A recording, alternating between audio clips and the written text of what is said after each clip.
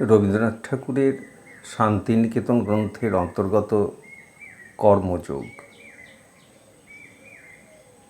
জগতে আনন্দযজ্ঞে তাঁর যে নিমন্ত্রণ আমরা আমাদের জীবনের সঙ্গে সঙ্গেই পেয়েছি, তাকে আমাদের কেউ কেউ স্বীকার করতে চাচ্ছে না। তারা বিজ্ঞানশাস্ত্র আলোচনা করে দেখেছে, তারা বিশ্বের সমস্ত রহস্য উদ্ঘাটন করে এমন একটা জায়গায় গিয়ে ঠেকেছে যেখানে সমস্তই কেবল নিয়ম। তারা বলছে ফাঁকি ধরা পড়ে গেছে, দেখছি যা কিছু সব নিয়মেই চলেছে, এর মধ্যে আনন্দ কোথায়? তারা আমাদের উৎসবের আনন্দরব শুনে দূরে বসে মনে মনে হাসছে। সূর্যচন্দ্র এমনি ঠিক নিয়মে উঠছে, অস্ত যাচ্ছে যে মনে হচ্ছে তারা যেন ভয়ে চলছে, পাছে এক পল বিপলেরও ত্রুটি ঘটে। বাতাসকে বাইরে থেকে যতই স্বাধীন বলে মনে হয়, যারা ভিতরকার খবর রাখে তারা জানে ওর মধ্যেও পাগলামির কিছুই নেই, সমস্তই নিয়মে বাঁধা। এমনকি পৃথিবীতে সবচেয়ে খামখেয়ালি বলে যাকে মনে হয় সেই মৃত্যু, যার আনাগোনার কোনো খবর পায়নি বলে যাকে হঠাৎ ঘরের দরজার সামনে দেখে আমরা চমকে উঠি, তাকেও জোর হাতে নিয়ম পালন করে চলতে হয়। একটুও পদস্খলন হবার জো নেই। মনে করো না এই গূঢ় খবরটা কেবল বৈজ্ঞানিকের কাছেই ধরা পড়েছে। তপবনের ঋষি বলেছেন, ভীষাস্মাদ বাতঃ পদতে। তাঁর ভয়ে, তাঁর নিয়মের অমোঘ শাসনে বাতাস বইছে। বাতাসও মুক্ত নয়। ভীষাস্মাদগ্নিশ্চেন্দ্রশ্চ মৃত্যুর ধাবতি পঞ্চমঃ। তাঁর নিয়মের অমোঘ শাসনে কেবল যে অগ্নি, চন্দ্র, সূর্য চলছে তা নয়, স্বয়ং মৃত্যু যে কেবল বন্ধন কাটাবার জন্যেই আছে, যার নিজের কোনো বন্ধন আছে বলে মনেও হয় না, সেও অমোঘ নিয়মকে একান্ত ভয়ে পালন করে চলছে। তবে তো দেখছি ভয়েই সমস্ত চলছে, কোথাও একটু ফাঁক নেই। তবে আর আনন্দের কথাটা কেন? যেখানে কারখানা ঘরে আগাগোড়া কল চলছে, সেখানে কোনো পাগল আনন্দের দরবার করতে যায় না। বাঁশিতে তবু তো আজ আনন্দের সুর উঠেছে, এ কথা তো কেউ অস্বীকার করতে পারবে না। মানুষকে তো মানুষ এমন করে ডাকে, বলে চল ভাই আনন্দ করবি চল।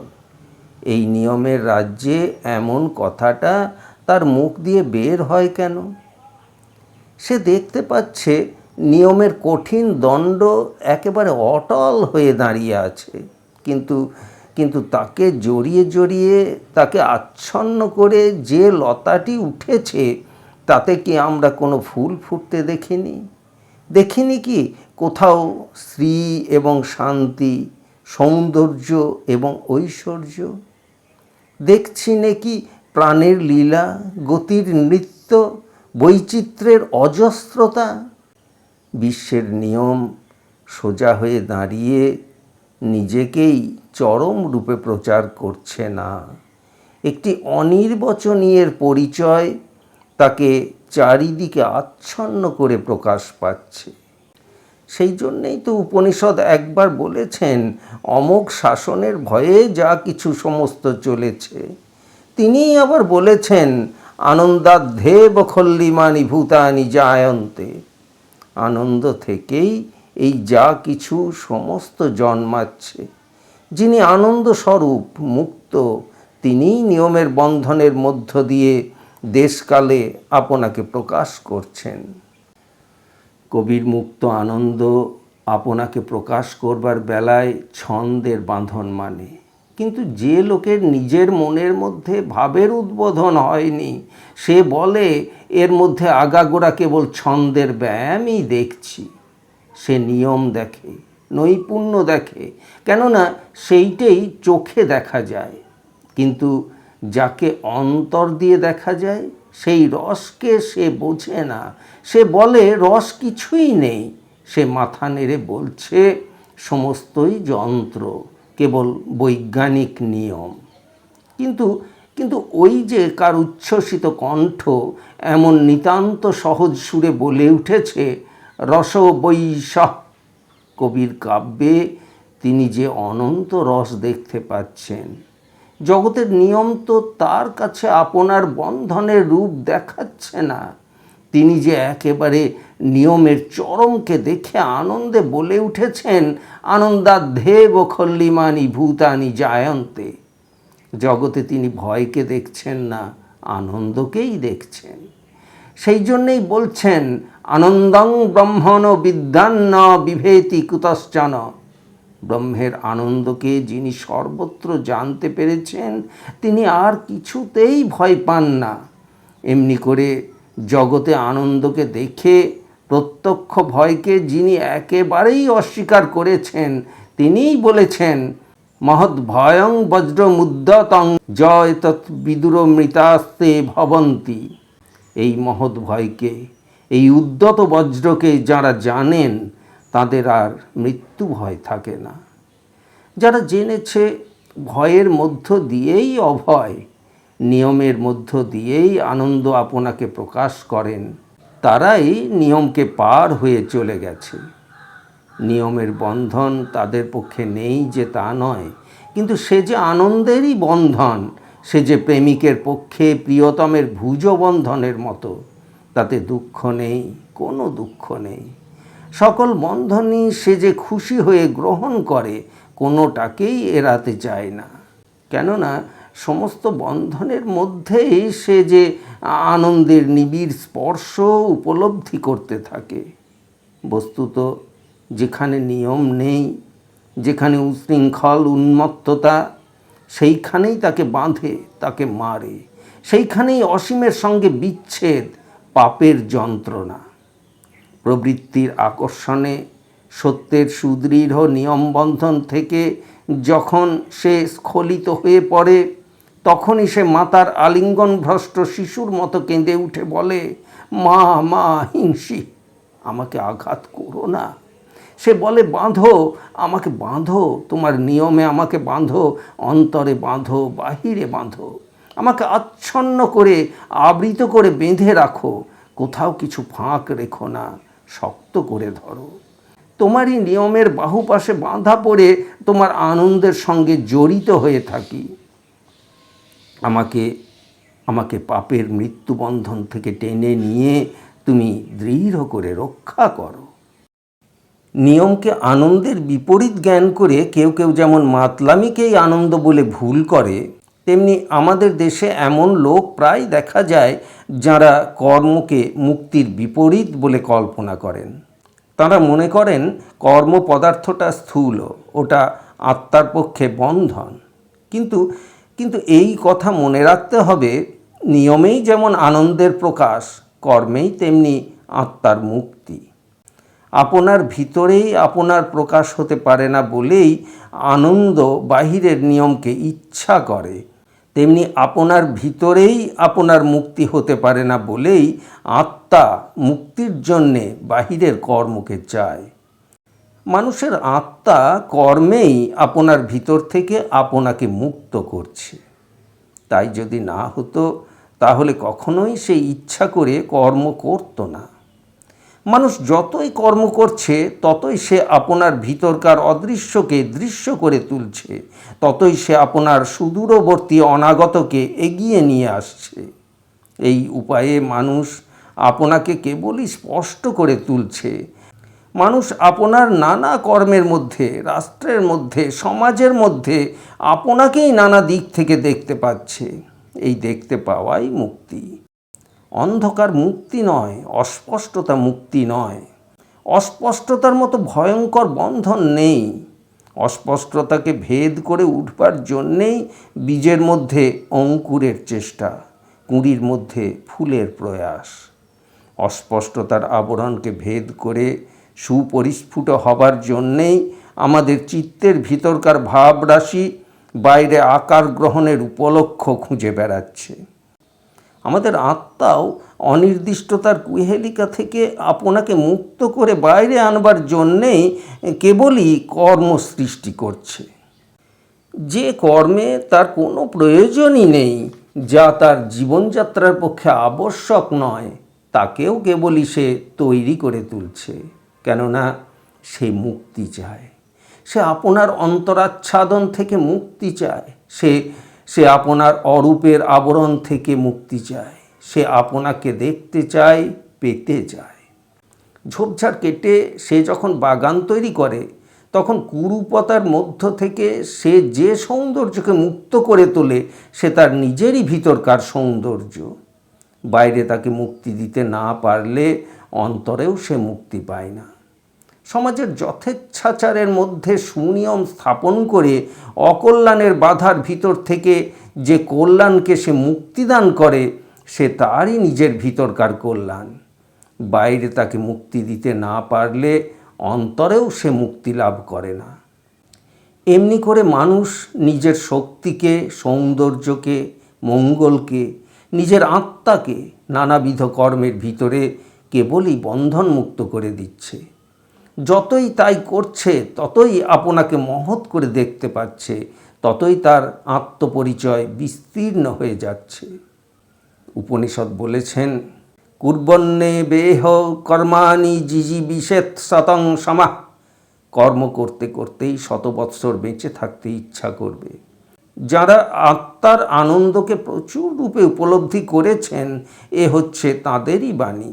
যারা আত্মাকে পরিপূর্ণ করে জেনেছেন, তারা কোনোদিন দুর্বল মুহ্যমানভাবে বলেন না জীবন দুঃখময় এবং কর্ম কেবলই বন্ধন। দুর্বল ফুল যেমন বোঁটাকে আলগা করে ধরে এবং ফল ফলবার পূর্বেই খসে যায়, তাঁরা তেমন নন। জীবনকে তাঁরা শক্ত করে ধরেন এবং বলেন, আমি ফল না ফলিয়ে কিছুতেই ছাড়ছি নে। তাঁরা সংসারের মধ্যে, কর্মের মধ্যে আনন্দে আপনাকে প্রবলভাবে প্রকাশ করবার ইচ্ছে করেন। দুঃখ তাপ তাঁদের অবসন্ন করে না। নিজের হৃদয়ের ভারে তাঁরা ধূলিসায়ী হয়ে পড়েন না। সুখ দুঃখ সমস্তের মধ্য দিয়েই তাঁরা আত্মার মাহাত্ম্যকে উত্তরোত্তর উদ্ঘাটিত করে আপনাকে দেখেন এবং আপনাকে দেখিয়ে বিজয়ী বীরের মতো সংসারের ভিতর দিয়ে মাথা তুলে চলে যান। বিশ্বজগতে যে শক্তির আনন্দ নিরন্তর ভাঙা গড়ার মধ্যে লীলা করছে, তারই নৃত্যের ছন্দ তাদের জীবনের লীলার সঙ্গে তালে তালে মিলে যেতে থাকে। তাদের জীবনের আনন্দের সঙ্গে সূর্যালোকের আনন্দ, মুক্ত সমীরণের আনন্দ সুর মিলিয়ে দিয়ে অন্তর বাহিরকে সুধাময় করে তোলে।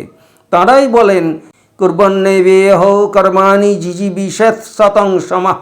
কাজ করতে করতেই 100 বৎসর বেঁচে থাকতে ইচ্ছা করবে। মানুষের মধ্যে এই যে জীবনের আনন্দ, এই যে কর্মের আনন্দ আছে, এ অত্যন্ত সত্য।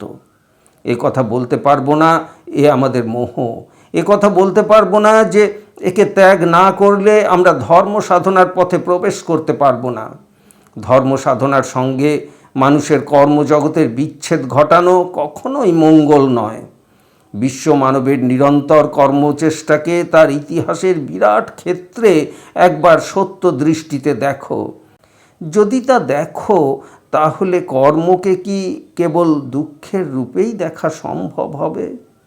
তাহলে আমরা দেখতে পাব কর্মের দুঃখকে মানুষ বহন করছে, এ কথা তেমন সত্য নয়। যেমন সত্য, কর্মই মানুষের বহু দুঃখ বহন করছে, বহু ভার লাঘব করছে। কর্মের স্রোত প্রতিদিন আমাদের অনেক বিপদ ঠেলে ফেলছে, অনেক বিকৃতি ভাসিয়ে নিয়ে যাচ্ছে। এ কথা সত্য নয় যে মানুষ দায়ে পড়ে কর্ম করছে। তার একদিকে দায় আছে, আর একদিকে সুখও আছে। কর্ম একদিকে অভাবের তাড়নায়, আর একদিকে স্বভাবের পরিতৃপ্তিতে। এই জন্যেই মানুষ যতই সভ্যতার বিকাশ করছে, ততই তার আপনার নূতন নূতন দায় কেবল বাড়িয়েই চলেছে, ততই নূতন নূতন কর্মকে সে ইচ্ছা করেই সৃষ্টি করছে। প্রকৃতি জোর করে আমাদের কতকগুলো কাজ করিয়ে সচেতন করে রেখেছে। নানা ক্ষুধা তৃষ্ণার তাড়নায় আমাদের যথেষ্ট খাটিয়ে মারছে, কিন্তু আমাদের মনুষ্যত্বের তাতেও কুলিয়ে উঠল না। পশু পক্ষীর সঙ্গে সমান হয়ে প্রকৃতির ক্ষেত্রে তাকে যে কাজ করতে হচ্ছে তাতেই সে চুপ করে থাকতে পারলে না। কাজের ভিতর দিয়ে ইচ্ছা করেই সে সবাইকে ছাড়িয়ে যেতে চায়। মানুষের মতো কাজ কোনো জীবকে করতে হয় না। আপনার সমাজের একটি অতি বৃহৎ কাজের ক্ষেত্র তাকে নিজে তৈরি করতে হয়েছে। এখানে কত কাল থেকে সে কত ভাঙছে, গড়ছে, কত নিয়ম বাঁধছে, কত নিয়ম ছিন্ন করে দিচ্ছে, কত পাথর কাটছে, কত পাথর গাঁথছে, কত ভাবছে, কত খুঁজছে, কত কাঁদছে। এক্ষেত্রেই তার সকলের চেয়ে বড় বড় লড়াই লড়া হয়ে গেছে। এইখানেই সে নব নব জীবন লাভ করেছে। এইখানেই তার মৃত্যু পরম গৌরবময়। এইখানে সে দুঃখকে এড়াতে চায়নি, নূতন নূতন দুঃখকে স্বীকার করেছে। এইখানেই মানুষ সেই মহৎ তত্ত্বটি আবিষ্কার করেছে যে উপস্থিত যা তার চারিদিকেই আছে সেই পিঞ্জরটার মধ্যেই মানুষ সম্পূর্ণ নয়। মানুষ আপনার বর্তমানের চেয়ে অনেক বড়। এই জন্যে কোনো একটা জায়গায় দাঁড়িয়ে থাকলে তার আরাম হতে পারে, কিন্তু তার চরিতার্থতা তাতে একেবারে বিনষ্ট হয়। সেই মহতী বিনষ্টিকে মানুষ সহ্য করতে পারে না। এই জন্যই তার বর্তমানকে ভেদ করে বড় হবার জন্যই এখনও সে যা হয়ে ওঠেনি তাই হতে পারবার জন্যেই মানুষকে কেবলই বারবার দুঃখ পেতে হচ্ছে। সেই দুঃখের মধ্যেই মানুষের গৌরব। এই কথা মনে রেখে মানুষ আপনার কর্মক্ষেত্রকে সংকুচিত করেনি, কেবলই তাকে প্রসারিত করে চলেছে। অনেক সময় এত দূর পর্যন্ত গিয়ে পড়েছে যে কর্মের সার্থকতাকে বিস্তৃত হয়ে যাচ্ছে। কর্মের স্রোতবাহিত আবর্জনার দ্বারা প্রতিহত হয়ে মানবচিত্ত এক একটা কেন্দ্রের চারদিকে ভয়ঙ্কর আবর্ত রচনা করছে। স্বার্থের আবর্ত, সাম্রাজ্যের আবর্ত, ক্ষমতাভিমানের আবর্ত। কিন্তু তবু যতক্ষণ গতিবেগ আছে ততক্ষণ ভয় নেই। সংকীর্ণতার বাধা সেই গতির মুখে ক্রমশই কেটে যায়। কাজের বেগই কাজের ভুলকে সংশোধন করে, কারণ চিত্ত অচল জড়তার মধ্যে নিদ্রিত হয়ে পড়লেই তার শত্রু প্রবল হয়ে ওঠে। বিনাশের সঙ্গে আর সে লড়াই করে উঠতে পারে না। বেঁচে থেকে কর্ম করতে হবে, কর্ম করে বেঁচে থাকতে হবে, এই অনুশাসন আমরা শুনেছি। কর্ম করা এবং বাঁচা এ দুইয়ের মধ্যে অবিচ্ছেদ্য যোগ আছে। প্রাণের লক্ষণই হচ্ছে এই যে আপনার ভিতরটাতেই তার আপনার সীমা নেই, তাকে বাইরে আসতেই হবে। তার সত্য অন্তর এবং বাহিরের যোগে। দেহকে বেঁচে থাকতে হয় বলেই বাইরের আলো, বাইরের বাতাস, বাইরের অন্ন জলের সঙ্গে তাকে নানা যোগ রাখতে হয়। শুধু প্রাণ শক্তিকে নেবার জন্যে নয়, তাকে দান করবার জন্যেও বাইরেকে দরকার। এই দেখো না কেন, শরীরকে তো নিজের ভিতরের কাজ যথেষ্টই করতে হয়। এক নিমেষও তার হৃৎপিণ্ড থেমে থাকে না। তার মস্তিষ্ক, তার পাকযন্ত্রের কাজের অন্ত নেই। তবু দেহটা নিজের ভিতরকার এই অসংখ্য প্রাণের কাজ করেও স্থির থাকতে পারে না। তার প্রাণই তাকে বাইরের নানা কাজে ও নানা খেলায় ছুটিয়ে বেড়ায়। কেবলমাত্র ভিতরের রক্ত চলাচলেই তার তুষ্টি নেই, নানা প্রকারে বাইরের চলাচলে তার আনন্দ সম্পূর্ণ হয়। আমাদের চিত্তেরও সেই দশা। কেবলমাত্র আপনার ভিতরের কল্পনা ভাবনা নিয়ে তার চলে না। বাইরের বিষয়কে সর্বদাই তার চায়। কেবল নিজের চেতনাকে বাঁচিয়ে রাখবার জন্যে নয়, নিজেকে প্রয়োগ করবার জন্যে, দেবার জন্যে এবং নেবার জন্যে। আসল কথা, যিনি সত্য স্বরূপ সেই ব্রহ্মকে ভাগ করতে গেলেই আমরা বাঁচি নে। তাকে অন্তরেও যেমন আশ্রয় করতে হবে, বাইরেও তেমনি আশ্রয় করতে হবে। তাকে যে দিকে ত্যাগ করব সেই দিকে নিজেকেই বঞ্চিত করব। মাহং ব্রহ্ম নিরাকুর্যাং মা মা ব্রহ্ম নিরাকরত। ব্রহ্ম আমাকে ত্যাগ করেননি, আমি যেন ব্রহ্মকে ত্যাগ না করি। তিনি আমাকে বাহিরে ধরে রেখেছেন, তিনি আমাকে অন্তরেও জাগিয়ে রেখেছেন। আমরা যদি এমন কথা বলি যে তাকে কেবল অন্তরের ধ্যানে পাব, বাইরের কর্ম থেকে তাকে বাদ দেব, কেবল হৃদয়ের প্রেমের দ্বারা তাকে ভোগ করব, বাইরের সেবার দ্বারা তার পূজা করব না, কিংবা একেবারে এর উল্টো কথাটাই বলি এবং এই বলে জীবনের সাধনাকে যদি কেবল একদিকেই ভারগ্রস্ত করে তুলি, তাহলে প্রমত্ত হয়ে আমাদের পতন ঘটবে। আমরা পশ্চিম মহাদেশে দেখছি সেখানে মানুষের চিত্ত প্রধানত বাহিরেই আপনাকে বিকীর্ণ করতে বসেছে। শক্তির ক্ষেত্রই তার ক্ষেত্র, ব্যাপ্তির রাজ্যেই সে একান্ত ঝুঁকে পড়েছে।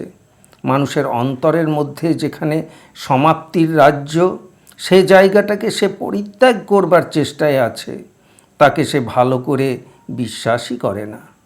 এতদূর পর্যন্ত গেছে যে সমাপ্তির পূর্ণতাকে সে কোনো জায়গাতেই দেখতে পায় না।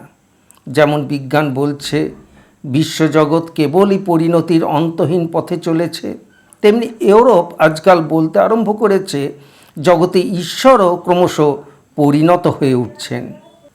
তিনি যে নিজে হয়ে আছেন এ তারা মানতে চায় না, তিনি নিজেকে করে তুলছেন, এই তাদের কথা। ব্রহ্মের একদিকে ব্যাপ্তি আর একদিকে সমাপ্তি, একদিকে পরিণতি আর একদিকে পরিপূর্ণতা, একদিকে ভাব আর একদিকে প্রকাশ। দুই একসঙ্গে গান এবং গান গাওয়ার মতো অবিচ্ছিন্ন মিলিয়ে আছে, এটা তারা দেখতে পাচ্ছে না। এ যেন গায়কের অন্তঃকরণকে স্বীকার না করে বলা যে গান কোনো জায়গাতেই নেই, কেবলমাত্র গেয়ে যাওয়াই আছে। কেননা আমরা যে গেয়ে যাওয়াটাকেই দেখছি, কোনো সময়েই তো সম্পূর্ণ গানটাকে একসঙ্গে দেখছি না। কিন্তু তাই বলে কি এটা জানি নে যে সম্পূর্ণ গান চিত্তের মধ্যে আছে? এমনি করে কেবলমাত্র করে যাওয়া, চলে যাওয়ার দিকটাতেই চিত্তকে ঝুঁকে পড়তে দেওয়াতে পাশ্চাত্য জগতে আমরা একটা শক্তির উন্মত্ততা দেখতে পাই। তারা সমস্তকেই জোর করে কেড়ে নেবে, আঁকড়ে ধরবে, এই পণ করে বসে আছে। তারা কেবলই করবে, কোথাও এসে থামবে না, এই তাদের জিদ।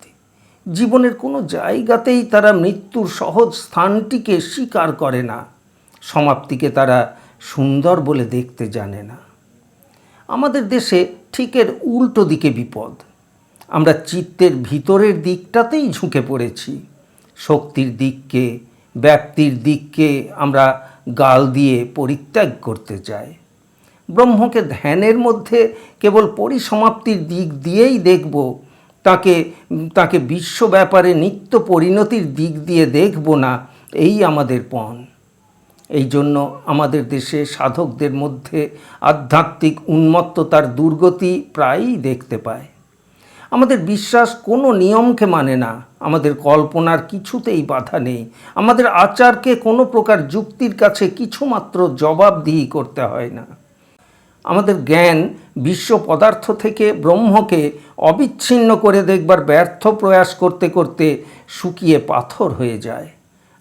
আমাদের হৃদয় কেবলমাত্র আপনার হৃদয়াবেগের মধ্যেই ভগবানকে অবরুদ্ধ করে ভোগ করবার চেষ্টায় রসন্মত্ততায় মূর্ছিত হয়ে পড়তে থাকে। শক্তির ক্ষেত্রে আমাদের জ্ঞান বিশ্ব নিয়মের সঙ্গে কোনো কারবার রাখতে চায় না, স্থাণু হয়ে বসে আপনাকে আপনিই নিরীক্ষণ করতে চায়। আমাদের হৃদয়াবেগ বিশ্ব সেবার মধ্যে ভগবত প্রেমকে আকার দান করতে চায় না, কেবল অশ্রুজলে আপনার অঙ্গনে ধুলোয় লুটোপুটি করতে ইচ্ছা করে। এতে যে আমাদের মনুষ্যত্বের কতদূর বিকৃতি ও দুর্বলতা ঘটে তা ওজন করে দেখবার কোনো উপায়ও আমাদের ত্রিসীমানায় রাখিনি। আমাদের যে দাঁড়িপাল্লা অন্তর্বাহিরের সমস্ত সামঞ্জস্য হারিয়ে ফেলেছে, তাই দিয়েই আমরা আমাদের ধর্ম, কর্ম, ইতিহাস, পুরাণ, সমাজ, সভ্যতা সমস্তকে ওজন করে নিশ্চিন্ত হয়ে থাকি, আর কোনো প্রকার ওজনের সঙ্গে মিলিয়ে নিখুঁতভাবে সত্য নির্ণয় করবার কোনো দরকারই দেখি নে। কিন্তু আধ্যাত্মিকতা অন্তর্বাহিরের যোগে অপ্রমত্ত। সত্যের একদিকে নিয়ম আর একদিকে আনন্দ।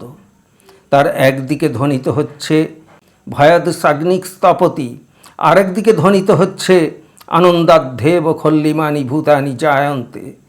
একদিকে বন্ধনকে না মানলে অন্যদিকে মুক্তিকে পাবার জো নেই। ব্রহ্ম একদিকে আপনার সত্যের দ্বারা বদ্ধ, আর একদিকে আপনার আনন্দের দ্বারা মুক্ত। আমরাও সত্যের বন্ধনকে যখন সম্পূর্ণ স্বীকার করি, তখনই মুক্তির আনন্দকে সম্পূর্ণ লাভ করি। সে কেমনতর? যেমন যেমন সেতারে তার বাঁধা।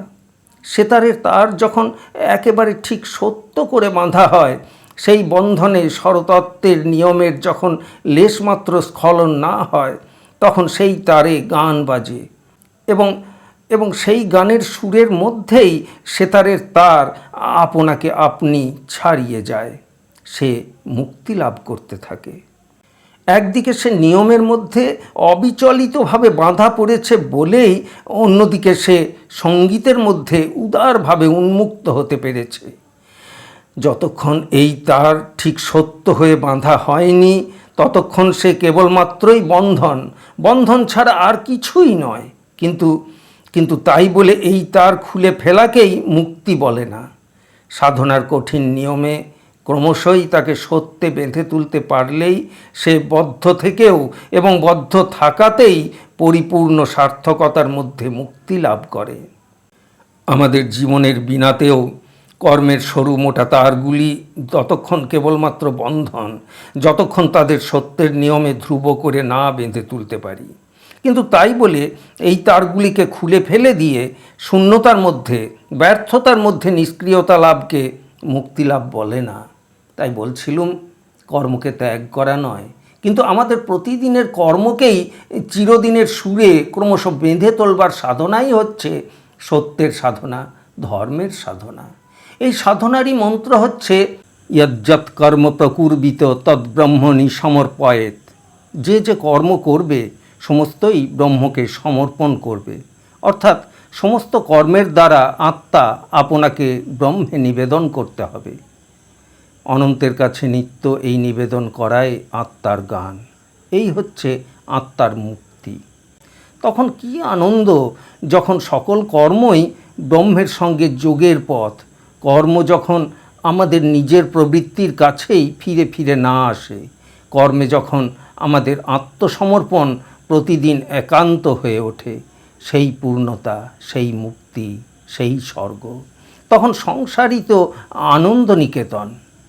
কর্মের মধ্যে মানুষের এই যে বিরাট আত্মপ্রকাশ, অনন্তের কাছে তার এই যে নিরন্তর আত্মনিবেদন, ঘরের কোণে বসে একে কে অবজ্ঞা করতে চায়?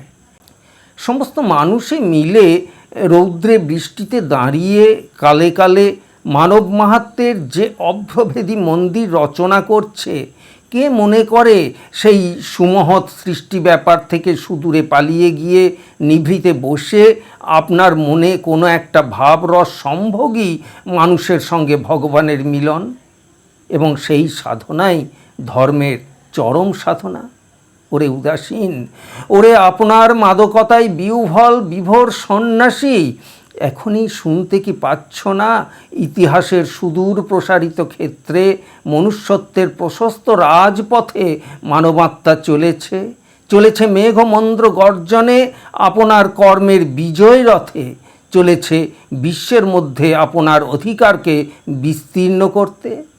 তার সেই আকাশে আন্দোলিত জয় পতাকার সম্মুখে পর্বতের প্রস্তর রাশি বিদীর্ণ হয়ে গিয়ে পথ ছেড়ে দিচ্ছে। বন জঙ্গলের ঘন ছায়াচ্ছন্ন জটিল চক্রান্ত সূর্যালোকের আঘাতে কুহেলিকার মতো তার সম্মুখে দেখতে দেখতে কোথায় অন্তর্ধান করছে। অসুখ, অস্বাস্থ্য, অব্যবস্থা পদে পদে পিছিয়ে গিয়ে প্রতিদিন তাকে স্থান ছেড়ে দিচ্ছে। অজ্ঞতার বাধাকে সে পরাভূত করছে, অন্ধতার অন্ধকারকে সে বিদীর্ণ করে ফেলছে। তার চারিদিকে দেখতে দেখতে শ্রী সম্পদ, কাব্যকলা, জ্ঞান ধর্মের আনন্দলোক উদ্ঘাটিত হয়ে যাচ্ছে। বিপুল ইতিহাসের দুর্গম দূরত্বয় পথে মানবাত্মার এই যে বিজয় রথ অহরাত্র পৃথিবীকে কম্পান্বিত করে চলেছে, তুমি কি অসাড় হয়ে চোখ বুজে বলতে চাও তার কেউ সারথি নেই? তাকে কেউ কোনো মহৎ সার্থকতার দিকে চালনা করে নিয়ে যাচ্ছে না।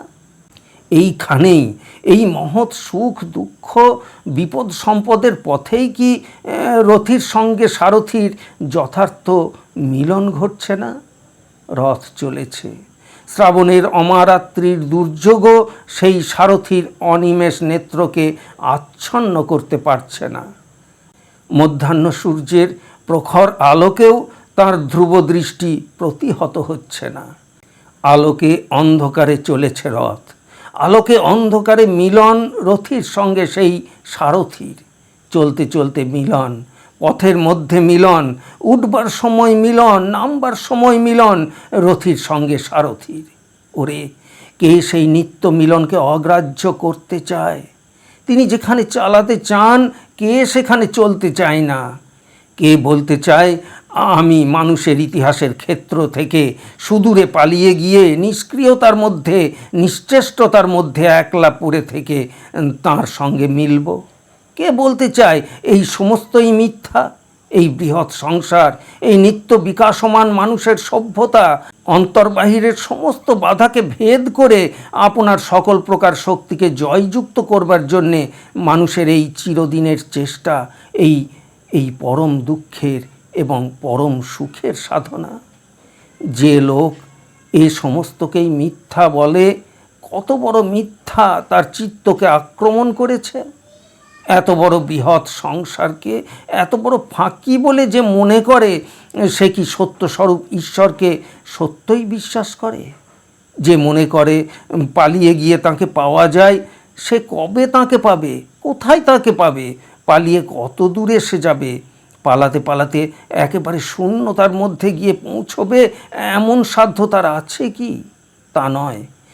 ভীরু যে পালাতে যে চায়, সে কোথাও তাকে পায় না। সাহস করে বলতে হবে, এই যে তাকে পাচ্ছি, এই যে এখনই, এই যে এখানেই।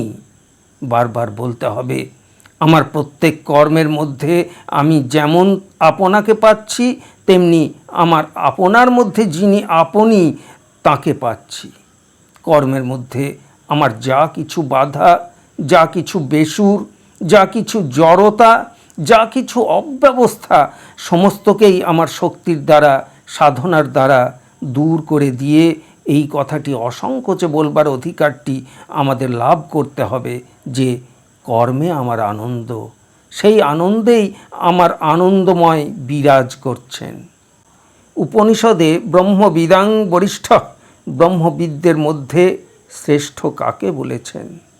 আত্মক্রীড় আত্মরতি ক্রিয়াবান এষ ব্রহ্মবিদাং বরিষ্ঠ। পরমাত্মায় যার আনন্দ, পরমাত্মায় যার ক্রীড়া এবং যিনি ক্রিয়াবান, তিনি ব্রহ্মবিদদের মধ্যে শ্রেষ্ঠ। আনন্দ আছে, অথচ সেই আনন্দের ক্রীড়া নেই, এ কখনো হতেই পারে না। সেই ক্রীড়া নিষ্ক্রিয় নয়, সেই ক্রীড়াই হচ্ছে কর্ম। ব্রহ্মে যার আনন্দ, তিনি কর্ম না হলে বাঁচবেন কি করে? কারণ তাকে এমন কর্ম করতেই হবে যে কর্মে সেই ব্রহ্মের আনন্দ আকার ধারণ করে বাহিরে প্রকাশমান হয়ে ওঠে। এই জন্য যিনি ব্রহ্মবিদ, অর্থাৎ জ্ঞানে যিনি ব্রহ্মকে জানেন, তিনি আত্মরতি, পরমাত্মাতেই তার আনন্দ। তিনি আত্মক্রীড়া, তার সকল কাজই হচ্ছে পরমাত্মার মধ্যে। তার খেলা, তার স্নান আহার, তার জীবিকা অর্জন, তার পরহিত সাধন সমস্তই হচ্ছে পরমাত্মার মধ্যে তার বিহার। তিনি ক্রিয়াবান, ব্রহ্মের যে আনন্দ তিনি ভোগ করেন, তাকে কর্মে প্রকাশ না করে তিনি থাকতে পারেন না।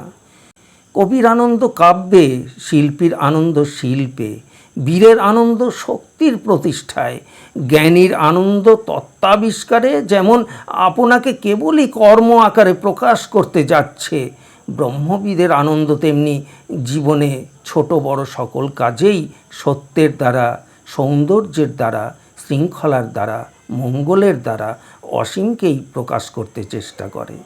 ব্রহ্মও তো আপনার আনন্দকে তেমনি করেই প্রকাশ করছেন। তিনি বহুধা শক্তি যোগার্থ বর্ণাননেকান্ত নিহিতার্থ দধাতি। তিনি আপনার বহুধা শক্তির যোগে নানা জাতির নানা অন্তর্নিহিত প্রয়োজন সাধন করছেন। সেই অন্তর্নিহিত প্রয়োজন তো তিনি নিজেই, তাই তিনি আপনাকে নানা শক্তির ধারায় কেবলই নানা আকারে দান করছেন, কাজ করছেন। তিনি কাজ করছেন, নইলে আপনাকে তিনি দিতে পারবেন কি করে? তার আনন্দ আপনাকে কেবলই উৎসর্গ করছে, সেই তো তার সৃষ্টি। আমাদেরও সার্থকতা ওইখানেই ব্রহ্মের সঙ্গে মিল আছে। বহুধা শক্তিযোগে আমাদেরও আপনাকে কেবলই দান করতে হবে। বেদে তাকে আত্মদা বলদা বলেছে। তিনি যে কেবল আপনাকে দিচ্ছেন তা নয়, তিনি আমাদের সেই বল দিচ্ছেন যাতে করে আমরাও তাঁর মতো আপনাকে দিতে পারি। সেই জন্যে বহুধা শক্তির যোগে যিনি আমাদের প্রয়োজন মেটাচ্ছেন, ঋষি তাঁরই কাছে প্রার্থনা করছেন, সন বুদ্ধা শুভয়া সংযুনক্তু। তিনি যেন আমাদের সকলের চেয়ে বড় প্রয়োজনটা মেটান, আমাদের সঙ্গে শুভ বুদ্ধির যোগ সাধন করেন। অর্থাৎ শুধু হলে চলবে না যে তাঁর শক্তিযোগে তিনি কেবল আপনি কর্ম করে আমাদের অভাব মোচন করবেন, আমাদের শুভ বুদ্ধি দিন, তাহলে আমরাও তাঁর সঙ্গে মিলে কাজ করতে দাঁড়াবো। তাহলেই তাঁর সঙ্গে আমাদের যোগ সম্পূর্ণ হবে। শুভ বুদ্ধি হচ্ছে সেই বুদ্ধি যাতে সকলের স্বার্থকে আমরাই নিহিতার্থ বলে জানি, সেই বুদ্ধি যাতে সকলের কর্মে আপন বহুধা শক্তি প্রয়োগ করাতেই আমার আনন্দ। এই শুভ বুদ্ধিতে যখন আমরা কাজ করি তখন আমাদের কর্ম নিয়মবদ্ধ কর্ম, কিন্তু যন্ত্রচালিতের কর্ম নয়, আত্মার তৃপ্তিকর কর্ম, কিন্তু অভাবতাড়িতের কর্ম নয়। তখন আমাদের কর্ম দশের অন্ধ অনুকরণ নয়, লোকাচারের ভীরু অনুবর্তন নয়। তখন যেমন আমরা দেখছি বিচৈতি চান্তে বিশ্বমাদৌ, বিশ্বের সমস্ত কর্ম তাতেই আরম্ভ হচ্ছে এবং তাতেই এসে সমাপ্ত হচ্ছে, তেমনি দেখতে পাবো আমার সমস্ত কর্মের আরম্ভে তিনি এবং পরিণামেও তিনি। তাই আমার সকল কর্মই শান্তিময়, কল্যাণময়, আনন্দময়। উপনিষদ বলেন তাঁর স্বাভাবিকই জ্ঞান বল ক্রিয়া চ, তাঁর জ্ঞান শক্তি এবং কর্ম স্বাভাবিক, তাঁর পরমা শক্তি আপন স্বভাবেই কাজ করছে, আনন্দই তাঁর কাজ, কাজই তাঁর আনন্দ। বিশ্ব ব্রহ্মাণ্ডের অসংখ্য ক্রিয়ায় তাঁর আনন্দের গতি, কিন্তু সেই স্বাভাবিকতা আমাদের জন্মায়নি বলেই কাজের সঙ্গে আনন্দকে আমরা ভাগ করে ফেলেছি। কাজের দিন আমাদের আনন্দের দিন নয়। আনন্দ করতে যেদিন চাই সেদিন আমাদের ছুটি নিতে হয়, কেননা হতভাগ্য আমরা, কাজের ভিতরেই আমরা ছুটি পাই নে। প্রবাহিত হওয়ার মধ্যেই নদী ছুটি পায়, শিখারূপে জ্বলে ওঠার মধ্যেই আগুন ছুটি পায়, বাতাসে বিস্তীর্ণ হওয়ার মধ্যেই ফুলের গন্ধ ছুটি পায়। আপনার সমস্ত কর্মের মধ্যেই আমরা তেমন করে ছুটি পাই নে। কর্মের মধ্যে দিয়ে আপনাকে ছেড়ে দিই নে বলে, দান করি নে বলে কর্ম আমাদের চেপে রাখে। কিন্তু হে আত্মদা, বিশ্বের কর্মে তোমার আনন্দমূর্তি প্রত্যক্ষ করে কর্মের ভিতর দিয়ে আমাদের আত্মা আগুনের মতো তোমার দিকেই জ্বলে উঠুক, নদীর মতো তোমার অভিমুখেই প্রবাহিত হোক, ফুলের গন্ধের মতো তোমার মধ্যেই বিস্তীর্ণ হতে থাক। জীবনকে তার সমস্ত সুখ দুঃখ, সমস্ত ক্ষয় পূরণ, সমস্ত উত্থান পতনের মধ্য দিয়েও পরিপূর্ণ করে ভালোবাসতে পারি এমন বীর্য তুমি আমাদের মধ্যে দাও। তোমার এই বিশ্বকে পূর্ণ শক্তিতে দেখি, পূর্ণ শক্তিতে শুনি, পূর্ণ শক্তিতে এখানে কাজ করি। জীবনে সুখ নেই বলে হে জীবিতেশ্বর তোমাকে অপবাদ দেব না। যে জীবন তুমি আমাকে দিয়েছ, এই জীবনে পরিপূর্ণ করে আমি বাঁচব, বীরের মতো একে আমি গ্রহণ করব এবং দান করব, এই তোমার কাছে আমার প্রার্থনা। দুর্বল চিত্তের সেই কল্পনাকে একেবারে দূর করে দিই, যে কল্পনা সমস্ত কর্ম থেকে বিযুক্ত একটা আধারহীন, আকারহীন, বাস্তবতাহীন পদার্থকে ব্রহ্মানন্দ বলে মনে করে। কর্মক্ষেত্রে মধ্যাহ্ন সূর্যালোকে তোমার আনন্দরূপকে প্রকাশমান দেখে হাটে ঘাটে মাঠে বাজারে সর্বত্র যেন তোমার জয়ধ্বনি করতে পারি। মাঠের মধ্যে কঠোর পরিশ্রমে কঠিন মাটি ভেঙে যেখানে চাষা চাষ করছে, সেইখানেই তোমার আনন্দ শ্যামল শস্যে উচ্ছ্বসিত হয়ে উঠছে। যেখানেই জলা জঙ্গল গর্ত গাড়িকে সরিয়ে ফেলে মানুষ আপনার বাসভূমিকে পরিচ্ছন্ন করে তুলছে, সেইখানেই পারিপাট্যের মধ্যে তোমার আনন্দ প্রকাশিত হয়ে পড়ছে। যেখানে স্বদেশের অভাব দূর করবার জন্যে মানুষ অশ্রান্ত কর্মের মধ্যে আপনাকে অজস্র দান করছে, সেইখানেই শ্রী সম্পদে তোমার আনন্দ বিস্তীর্ণ হয়ে যাচ্ছে। যেখানে মানুষের জীবনের আনন্দ, চিত্তের আনন্দ কেবলই কর্মের রূপ ধারণ করতে চেষ্টা করছে, সেখানে সে মহৎ, সেখানে সে প্রভু, সেখানে সে দুঃখ কষ্টের ভয়ে দুর্বল ক্রন্দনের সুরে নিজের অস্তিত্বকে কেবলই অভিশাপ দিচ্ছে না। যেখানেই জীবনে মানুষের আনন্দ নেই, কর্মে মানুষের অনাস্থা, সেইখানেই তোমার সৃষ্টিতত্ত্ব যেন বাধা পেয়ে প্রতিহত হয়ে যাচ্ছে। সেইখানেই নিখিলের প্রবেশদ্বার সংকীর্ণ। সেইখানেই যত সংকোচ, যত অন্ধ সংস্কার, যত অমূলক বিভীষিকা, যত আধি ব্যাধি এবং পরস্পর বিচ্ছিন্নতা। হে বিশ্বকর্মণ, আজ আমরা তোমার সিংহাসনের সম্মুখে দাঁড়িয়ে এই কথাটি জানতে এসেছি। আমার এই সংসার আনন্দের, আমার এই জীবন আনন্দের। বেশ করেছ আমাকে ক্ষুধা তৃষ্ণার আঘাতে জাগিয়ে রেখেছ তোমার এই জগতে, তোমার এই বহুধা শক্তির অসীম লীলাক্ষেত্রে। বেশ করেছ তুমি আমাকে দুঃখ দিয়ে সম্মান দিয়েছ। বিশ্ব সংসারে অসংখ্য জীবের চিত্তে দুঃখতাপের দাহে যে অগ্নিময়ী পরমা সৃষ্টি চলছে, বেশ করেছ আমাকে তার সঙ্গে যুক্ত করে গৌরবান্বিত করেছ।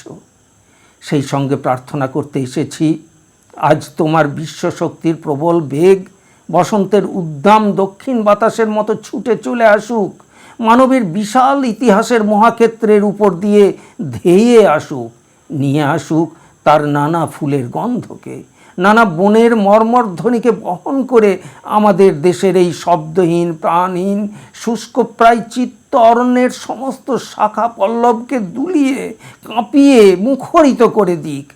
আমাদের অন্তরের নিদ্রোত্থিত শক্তি ফুলে ফলে কিশলয়ে অপর্যাপ্ত রূপে সার্থক হবার জন্যে কেঁদে উঠুক।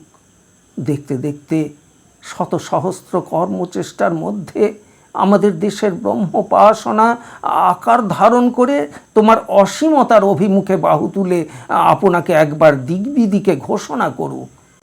মোহের আবরণকে উদ্ঘাটন করো, উদাসীনতার নিদ্রাকে অপসারিত করে দাও। এখনই এই মুহূর্তে অনন্ত দেশে কালে ধাবমান, ঘূর্ণমান চিরচাঞ্চল্যের মধ্যে তোমার নিত্য বিলসিত আনন্দরূপকে দেখে নিই।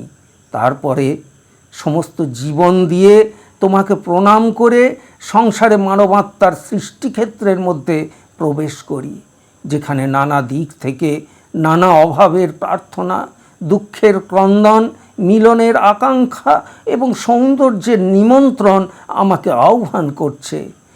যেখানে আমার নানাভিমুখী শক্তির একমাত্র সার্থকতা সুদীর্ঘকাল ধরে প্রতীক্ষা করে বসে আছে, এবং যেখানে বিশ্ব মানবের মহাযজ্ঞে আনন্দের হোম হুতাশনে আমার জীবনের সমস্ত সুখ দুঃখ লাভ ক্ষতিকে পূর্ণ আহুতির মতো সমর্পণ করে দেবার জন্যে আমার অন্তরের মধ্যে কোন তপস্বিনী মহানিষ্ক্রমণের দ্বার খুঁজে বেড়াচ্ছে। ফাল্গুন 1317।